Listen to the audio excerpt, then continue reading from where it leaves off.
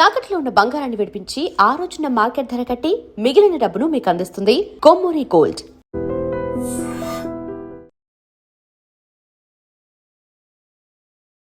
నమస్తే గురుగారు. ఆయుష్మతి భవ.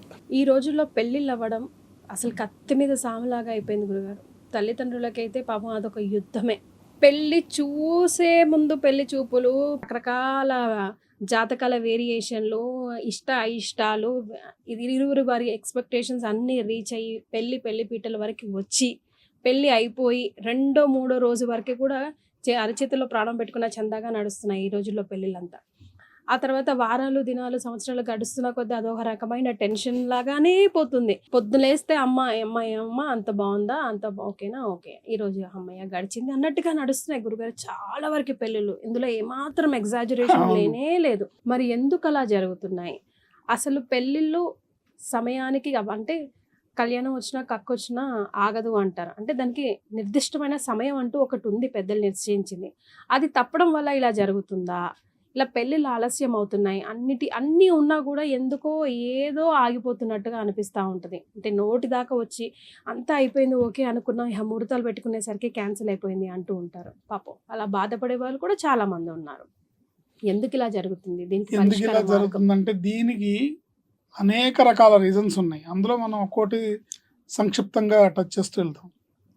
ఒక కారణం కాదు, కర్ణుడి చావుకు 100 కారణాలు అన్నట్టుగా 100 రీజన్స్ ఉన్నాయి. మరే గురుగారు, ప్రధానమైన కారణం ఏంటంటే మనం పిల్లల్ని పెంచే పద్ధతిలో పూర్వకాలంలో అంటే ఒక 40-50 ఏళ్ల క్రితం తల్లిదండ్రులు పిల్లలకి ఏం చెప్తూ పెంచారో అది మిస్ అవుతుంది. ప్రధానంగా ఇంతకుముందు చదువు కన్నా కూడా వయసు రాగానే 15-16 రాగానే ఆ తల్లిదండ్రులు ఆ ఆడపిల్లని గుండెల మీద కుంపటిలా ఫీల్ అయ్యి ఏదో ఒక సంబంధం, మంచి సంబంధం చూసి చేసేస్తే నా బాధ్యత అయిపోతుంది అనుకునేవాళ్ళు. దాని నుంచి గాడి తప్పింది. అప్పుడు నా ఎక్స్పీరియన్స్ ఒకటి ఉంటుంది కదా గురువు గారు. ఇప్పుడు నేను అలాగే గంగరెద్దులాగా తల ఊపేసి చేసేసుకున్నాను, నా తల్లి అనుకుంటుంది. అదే నీవు ఆ రోజు చదువుకుని కాళ్ళ మీద నిలబడి ఉంటే, ఉద్యోగం చేసి ఉండుంటే నా ఈ పరిస్థితి నీకు వచ్చేది కాదేమో అనుకుంటుంది కదా. అనుకుంటుంది. కారణం అదే. ఇప్పుడు తల్లిదండ్రులు మాకేదో పొరపాటు జరిగింది కాబట్టి మా పిల్లల్ని మనం సేఫ్ గార్డ్ చేయాలి, వాళ్ళు రక్షించాలని వీళ్ళు అనుకుంటున్నారు. కానీ మొదటిగా మోసం వస్తుంది ఈ పద్ధతి వల్ల. ఏదైనా కూడా బ్యాక్ టు బేసిక్స్ అని మన పెద్దవాళ్ళు ఆచరించిన విధానం ఏదుందో అదే కరెక్ట్. ఫైనల్ గా అదే కరెక్ట్. ఎందుకంటే చూడండి, పాత రోజులే వస్తున్నాయి అనిపిస్తుంది ఒక్కొక్కసారి. రావాలమ్మా, వస్తేనే సుఖశాంతులతో ఉంటారు. లేకపోతే ఏమవుతుందంటే చూడండి, కరవమంటే కప్ప కోపం, విడవమంటే పాము కోపం అన్నట్టు అయిపోతుంది. దీంట్లో నేను ఆడపిల్లలు వాళ్ళ స్వశక్తిగా వాళ్ళ కాళ్ళ మీద వాళ్ళు నిలబడకూడదని నేను చెప్పట్లా. కానీ ఆ ఆలోచన వల్ల ఏం జరిగింది, ఆడపిల్లలకి ఆర్థిక స్వతంత్రం వచ్చింది.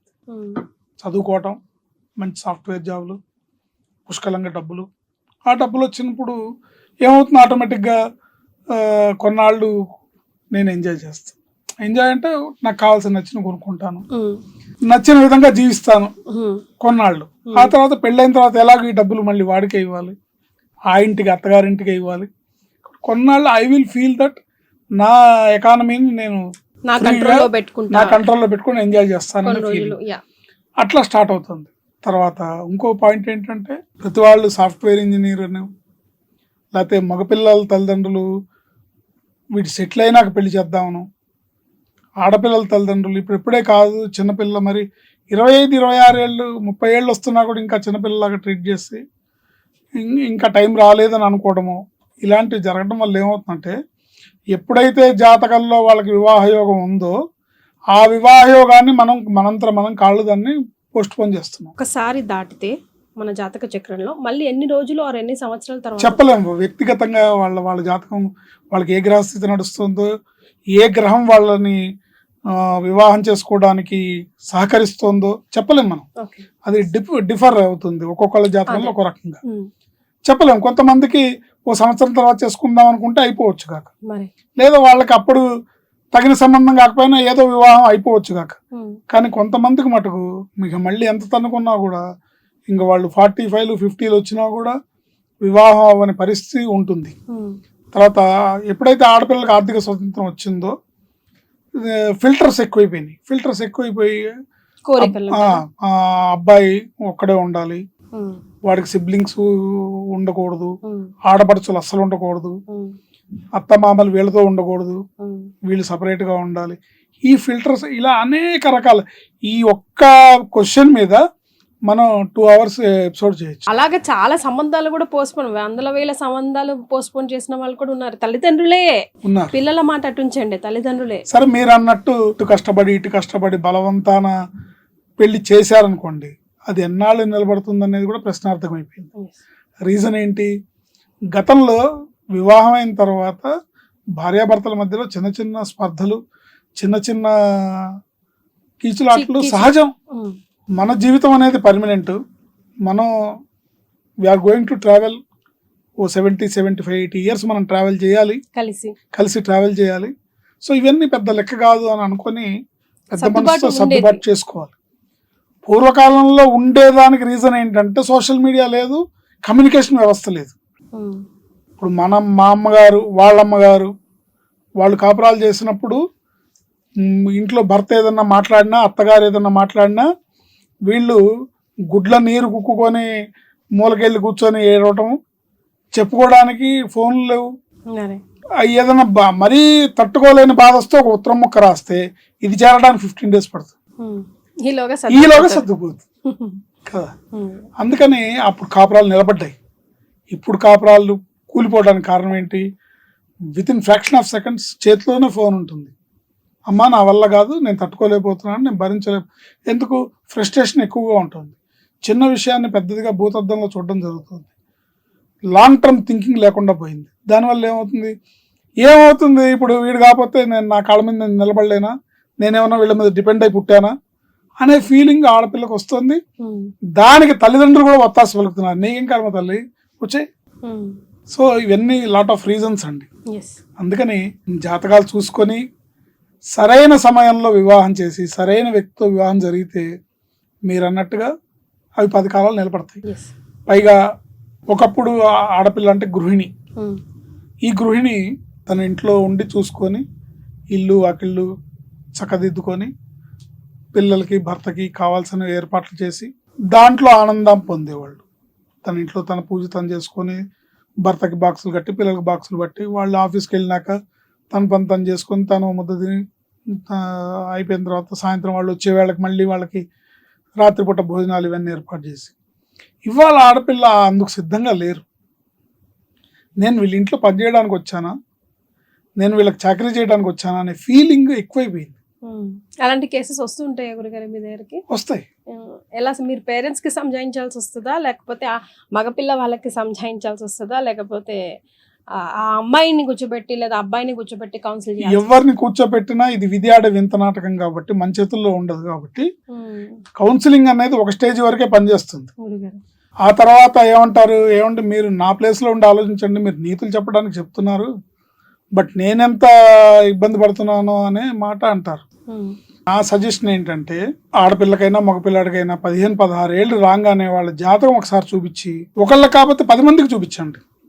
సరైన సమయం పెళ్లికి సంబంధించి మీరు లైఫ్ సెటిల్మెంట్ తోని పెళ్లికి ముడిపెట్టకండి.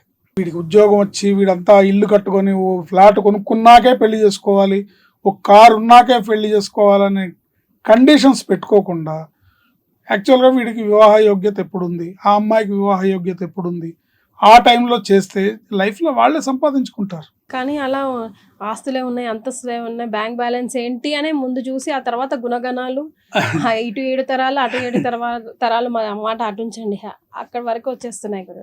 ఈ తరానికే టికాణా లేదు, ఇంక 7 తరాలు ఎక్కడ చూస్తారు మరి. సో అందుకని కొంచెం మన ఆలోచన విధానం ధార్మికంగా, అంటే మనం హైందవ జీవన విధానంలో జీవించాలి. వివాహం అంటే ఈ కమిట్మెంట్, పెళ్ళంటే 100 ఏళ్ల పంట అనే ఈ కమిట్మెంట్ ఉంటే కనుక ఇలా మన జాతకం చూపించుకొని, జాతకంతో పాటుగా డేట్ ఆఫ్ బర్త్ ప్రకారం, మాది న్యూమరాలజీ కూడా, ఎస్ట్రాలజీ న్యూమరాలజీ కూడా చూస్తాము. డేట్ ఆఫ్ బర్త్ కాంబినేషన్స్ కూడా వాళ్ళ వ్యక్తిత్వాన్ని తెలియజేస్తుంది. అంటే డేట్ ఆఫ్ బర్త్ కాంబినేషన్స్ లో ఉండే నెంబర్స్, ఇతను ఒక మాట అంటే ఆ అమ్మాయి పడగలదా లేదా, ఆ అమ్మాయి దాన్ని పాజిటివ్ గా తీసుకోగలదా లేదా, లేదా అమ్మాయి ఒక మాట మాట్లాడితే ఇతను పాజిటివ్ గా తీసుకోగలదా లేదా, ఇవన్నీ కూడా తెలుస్తాయి. సో అలాంటి మైన్యూట్ ఫిల్టర్స్ కూడా చేసుకొని మనం చక్కగా అనుకూలమైన సంబంధం చేసుకుంటే 10 కాలం నిలబడుతుంది. రైట్. సో పెళ్ళిళ్ళు అవ్వలేక బాధపడుతున్న వారు, అయిన తర్వాత బాధపడుతున్న వాళ్ళు, రకరకాల కారణాల వల్ల అలాంటి వాళ్ళకి మనం ఏదైనా రెమెడీ చెప్పగలమా గురుగారు? ఏదైనా మంత్రం లాంటిదో లేదంటే ఏదైనా పూజ లాంటిదో? తప్పకుండా అమ్మా. అంటే జెన్యూన్ గా బాధపడే వాళ్ళు కూడా చాలా మంది ఉన్నారు. జెన్యున్ గా బాధపడే నాకే వాళ్ళు ఎందుకు ఇలా ఎవరు- జరుగుతుంది, ఎందుకు ఇటు ఆడపిల్ల వాళ్ళు కానీ మగ పిల్ల వాళ్ళు కానీ. ఎవరైనా సరే కామేశబద్ధ మాంగళ్య సూత్ర శోభిత కంధరాయై నమః అనే మంత్రాన్ని జపించుకొని అమ్మవారి మెడలో ఉన్న మంగళసూత్రాన్ని విజువలైజ్ చేస్తూ అమ్మవారికి నమస్కారం చేసుకొని ప్రార్థిస్తే పెళ్ళి అవుతుంది. ఎస్ లలితా సహస్రనామంలో నామం ఇది. బట్ మంత్రం ఎంత పవర్ అంత పవర్, మంత్ర సమానమైన పవర్ కలిగిన నామం ఇది.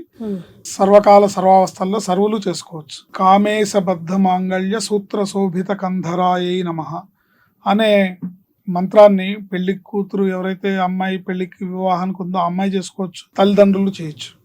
అదే మగపిల్లలకి అయితే మటుకు పత్నీం మనోరమాన్ దేహి మనోవృత్తానుసారిణీం తారిణీం దుర్గ సంసార సాగరస్య కులోద్భవాం అనే మంత్రాన్ని మగపిల్లల కోసం చేసుకోవచ్చు. పత్నీం మనోరమాన్ దేహి, అమ్మ నాకు కాస్త అందమైన అమ్మాయిని ధర్మపత్నిగా ఇవ్వు. మనోరూపాను పత్నీం మనోరమాన్ దేహి మనోవృత్తానుసారిణి అంటే నా మనసెరిగి మా మనసులు కలిసేలాగా అభిప్రాయాలు కలిసేలాగా నా మనసు తెలుసుకొని నడుచుకునే అమ్మాయిని ప్రసాదించు. తారిణీం దుర్గ సంసార సాగరస్య కులోద్భవం అంటే శ్రీమాత అనే నీ సంసారం ఏదైతే ఉందో నీ సంసారంలో నీ అంశతో పుట్టిన ఓ బిడ్డని నాకు భార్యగా ప్రసాదించు అని వేడుకుంటున్నాను. ఈ రెండు మంత్రాలు ఆడపిల్లలకి మగపిల్లలకి సంబంధించి మీకు డిస్క్రిప్షన్ బాక్స్ లో కూడా పెట్టిస్తానండి. సో ఎవరైనా పెళ్లిళ్ళు అవ్వట్లేదు, ఆయన నిలబడట్లేదు అని బాధపడే వాళ్ళు, పేరెంట్స్ కానీ పిల్లలు కానీ ఎవరైనా ఈ మంత్రం చేసుకోవచ్చు. అన్నిసార్లు గురుగారు చెప్పలేదు అని అంటే ఎప్పుడైనా మొదలు పెట్టవచ్చు, ఎన్నిసార్లు అయినా చేసుకోవచ్చు, మీకు తగ్గ ఫలితం వచ్చేంత మన మనసు మినిమం 108 సార్లు చేసుకుంటే మంచిది. 108 సార్లు చేసుకుంటే మంచిది. అంటే ఈ రోజుల్లో ఎంత ఈజీ పరిహారం చెప్తే అంతమంది ఎక్కువ చూస్తున్నారు. కాబట్టి ఈజీగా కాదు, పర్మనెంట్ గా ఉండేటట్టయితే 108 సార్లు చేసుకుంటే మంచిది.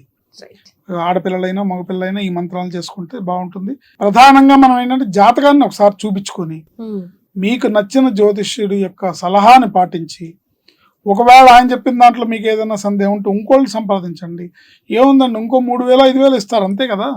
కానీ జీవితానికి సంబంధించిన ముడి వేయాలి కాబట్టి ఒకళ్ళిద్దరు ముగ్గురు నలుగురు జ్యోతిష్యులు చూపించినా కూడా తప్పులేదు.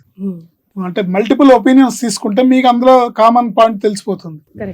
ఆ కామన్ పాయింట్ ప్రకారం మీరు ముందుకెళ్తే తప్పకుండా వాళ్ళు నిండు 100 ఏళ్ళు కలిసి ఉంటారు. చాలా సంతోషం గురుగారు. ఆయుష్మతి భవ. And for more videos, Please subscribe to iDream. Please subscribe to iDream. Please subscribe iDream. And please subscribe to iDream. For more videos, subscribe to iDream. please like, share and subscribe to the channel. Congratulations, iDream. Subscribe to iDream. Subscribe to iDream. So subscribe to iDream Media. iDream की iDream team अंदर की huge congratulations. Please subscribe iDream Media. Please subscribe to iDream. Subscribe iDream. Please subscribe to iDream. iDream అంటే నా కళల ఛానల్ను subscribe చేసుకున్న నోరు తిరుగుతలేదు, మీరైతే గంట గుర్తు కొట్టండి. For more such videos, please subscribe to iDream. Subscribe to iDream. Please subscribe to iDream. Please subscribe iDream Media. Please do subscribe to iDream. Please subscribe to iDream Media. For best entertainment and information, please subscribe iDream. And don't forget to subscribe to iDream.